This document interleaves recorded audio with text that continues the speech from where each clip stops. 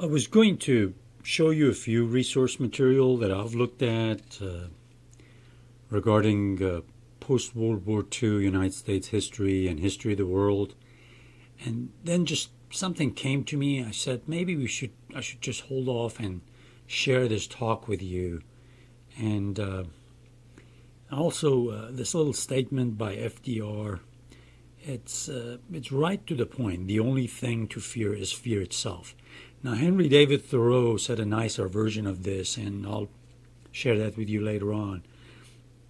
But in the context of uses and misuses of federalism, of history, I thought of the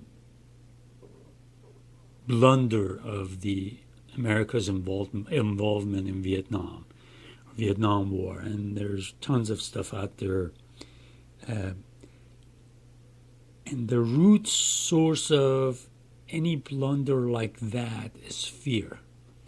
Fear that communists are coming. Fear there's a domino effect. And the same fear was used to invade Iraq and cause mayhem, lives of millions, so much blood and treasure of humanity going to waste. I thought of a talk by Reinhold Niebuhr that I heard a few years ago. And take a listen. I'm going to play the first part and then fast forward to like 9 minutes into it. It's one I have in my little voice recorder. But take a listen.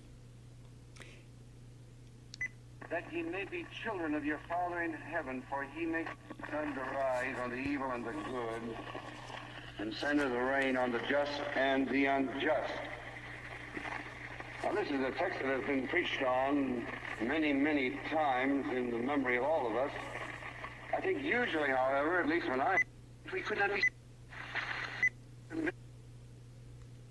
Here's probably one of the best statements I've heard of the foundation or building blocks of American history that you cannot find even 100 historians just put it in so beautifully.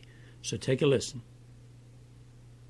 Represents the real defect in our Puritan inheritance, the doctrine of special providence. These Puritan forefathers of ours were so sure that every rain and that every drought was connected with the virtue and vice of their enterprise. But God always had his hand upon them to reward them for their goodness and to punish them for their evil. This is unfortunate. It's particularly unfortunate when a religious community develops in the vast possibilities of America, where inevitably the proofs of God's favor will be greater than the proof of God's wrath.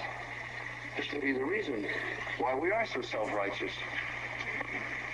This may be the reason why we still haven't come to terms in an ultimate religious sense with the problem of the special favors that we enjoy as a nation against the...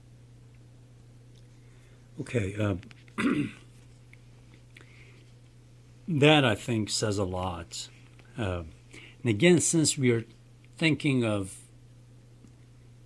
manipulating fear for a foreign policy or domestic policy end, the talk I want you to listen to is Andrew Bacevich's talk, Boston University, October 9th, 2007. It's on YouTube. That's where I found it. Illusion of Managing History. And he gives you his take on Reinhold Niebuhr's view of things in the light of the latter part of the Iraq War. And it brings up neocons. So take a listen. Now really think, again, going back to federalism and pros and cons, like when people sit down to write a blueprint for our next vision of how we want to come together, have to learn like something like electoral college, how certain groups can, any group, it could be some Iranians, it could be some God knows, some whoever. I'm just said Iranians just because I don't want to say any other group and cast a bad light on any other group, but let's say somebody like me, how I could manipulate the system and cause so much pain for so much of humanity. And this is 2015, and we see the ripple effects of it now. I'm